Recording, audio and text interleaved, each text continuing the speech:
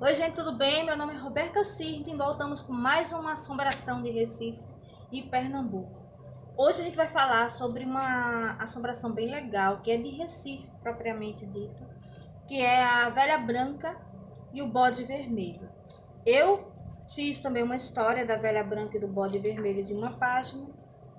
Essa é uma ilustração da Velha Branca que meu esposo Pedro Ponzo desenhou. E essa história daqui de uma página conta um pouco da lenda da Velha Branca e do Bode Vermelho. Essa mesma imagem da assombração a gente tem aqui colorida, né? Nesse meu outro livro, que é um artbook de assombrações de Recife e Pernambuco. Eu trabalho com história em quadrinhos e com literatura e com pesquisa histórica também, né? São as coisas que eu mais gosto de fazer, é pesquisar, escrever e desenhar quadrinhos baseados em coisas de assombrações de Pernambuco. Então eu pego a assombração, não só a assombração em si, porque ela por si só ela não tem muito sentido, e eu a coloco dentro de uma história. O meu livro Sombras do Recife, a presença dela, o volume 1, ele já está disponível para ser comprado após a pandemia, né? Claro, a gente vou lançá-lo, né? Enquanto eu não consigo lançá-lo em um evento, eu estou fazendo a leitura dele online em outra série de vídeos que vocês também encontram aqui nas redes sociais do Sombras do Recife. Bem, gente, vamos falar sobre a Velha Branca, né? Por que é Velha Branca? A história é o seguinte: essa história quem contou foi Gilberto Freire, no Assombrações do Recife Velho, e ele fala sobre essa senhora, uma velhinha que era bem idosa já quando ele era criança, que ela morava ali na. Quem é de Recife conhece assim a Avenida Rosa e Silva, que é uma avenida que corta toda a parte da Zona Norte e vai da Torre até Casa Amarela, né, que é outro bairro. E no meio do caminho a gente tem ali o bairro que é Espinheiro, que tem um clube náutico, Capibaribe, e tem o clube country, que é um clube de pessoas ingleses, né? É um clube que foi fundado pelos ingleses e é o clube que tem tênis, essas coisas, né? É um clube bem antigamente ele era um clube mais direcionado para os ingleses que moravam aqui, e hoje em dia é um clube bem social, né? É um clube onde as pessoas geralmente vão lá para jogar tênis, né? Porque tem quadros de tênis com bastante infraestrutura. Nesse lugar onde fica esse clube country, onde fica o clube português, desculpa, onde fica o clube náutico, é que basicamente era a casa dessa senhora. Era um sítio gigante onde ela plantava, tinha várias plantas, né? Vários tipos de manga diferentes. E tinha sapoti, que é uma fruta que é daqui de Pernambuco. Tinha carambola, tinha abacate, tinha várias frutas, goiaba, né? E todas essas frutas ela colhia e fazia doces. No Brasil, logo após, tanto um pouco antes como depois da extinção da escravidão, era costume as negras da casa, as escravas e as ex-escravas, pegarem os doces que eram feitos na casa, para poder ajudar na própria manutenção, né, da casa, nas economias, né, e levar para vender no centro da cidade doces e tachos de bombocado e balas de coco que eram feitas dentro da casa, né, das pessoas. Quando eram escravas, elas vendiam para os seus senhores.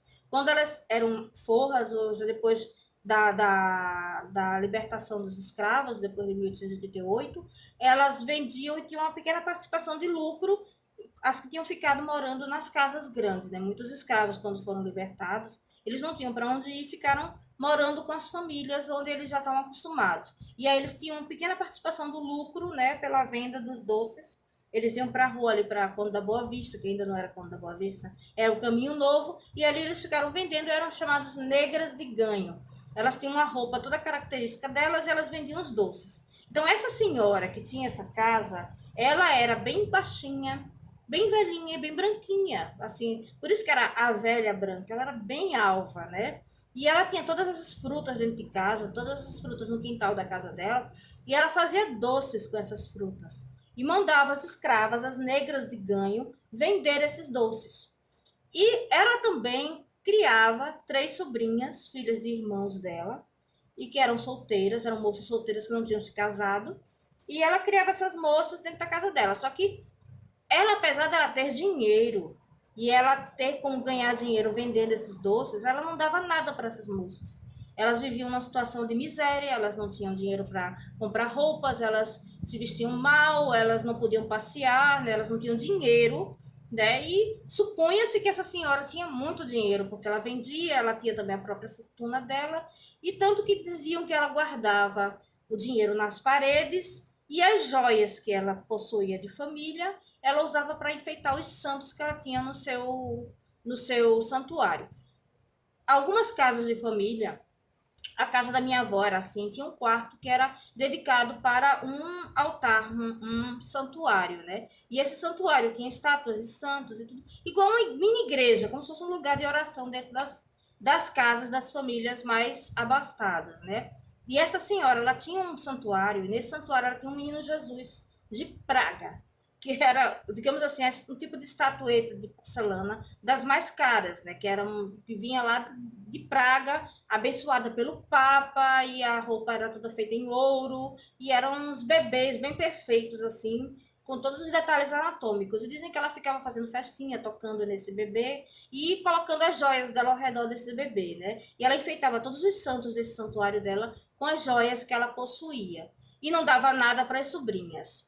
Isso ao longo dos anos, né? Sabendo que ela deixava as sobrinhas passarem necessidade e ela enfeitando os santos, né? Sem dar muita importância para os vivos. Dizem que uma certa tarde, quando ela estava sentada na mesa da sala dela, começou a surgir um cheiro de. Ela estava tomando um chá, né? Começou a surgir um cheiro de um cheiro de enxofre no ar. E aí, do nada, no meio da mesa se materializou um bode todo vermelho, que era assim, cheiro de enxofre, basicamente era uma coisa, uma manifestação satânica, né? E esse bode assustou, ela começou a gritar, e aí as sobrinhas chegaram, encontraram ela desmaiada no chão, e não tinha mais nem sinal do bode, né? Ninguém sentiu o cheiro de enxofre, só ela, e ela estava desacordada no chão porque o bode tinha aparecido para ela. Dizem que a partir daí ela começou a ficar doente, a não conseguir mais se levantar, e ela já era pequenininha e branquinha, né? Dizem que ela foi mirrando, ficando mais fraquinha, até que ela morreu. E quando ela morreu, o caixão dela foi um caixão de criança, quase uma caixa de sapatos, né? Onde ela cabia, porque ela era muito pequena. E ela foi enterrada e falam que a alma dela agora é do bode, né? Que o bode tinha vindo buscar a alma dela. Tanto tinha vindo buscar a alma dela que ela começou a ficar doente e terminou morrendo por conta disso, né? Essa história é bem assim interessante de Pernambuco, de Recife, porque ela mexe um pouco com aquelas histórias, né, das estrégois, né, das mulheres que montavam em bodes, né, das bruxas, das dizem que essa senhora monta esse bode, né, a velha branca e o bode vermelho é o nome da lenda, né, que ela aparece montando esse bode. Então é uma história que tem a ver um pouco com essas lendas, né, das mulheres montando em bodes, né, aquelas visagens meio que medievais, né, daquelas iluminuras e tal. Bom, gente, a história de hoje foi uma história que é baseada numa pessoa que existiu, porque o próprio Gilberto Freire disse que conheceu essa senhora, né, que ela mostrou inclusive para ele esse menino Jesus quando ele era criança. E é assim, é aquela coisa da lenda se entrelaçando com a realidade. A gente não sabe onde começa a lenda, onde termina a realidade e vice-versa. Então, esse foi o vídeo de hoje. Eu espero que vocês estejam se protegendo, que vocês estejam em casa e que vocês tenham gostado. Qualquer coisa, vocês entrem em contato comigo, me falem alguma lenda, alguma história que vocês queiram contar. Eu posso ver aqui, a gente acerta direitinho, eu dou os créditos para vocês, claro. E a gente fala da história que vocês trouxeram, certo? Um beijo, se cuidem, fiquem em casa e até a próxima.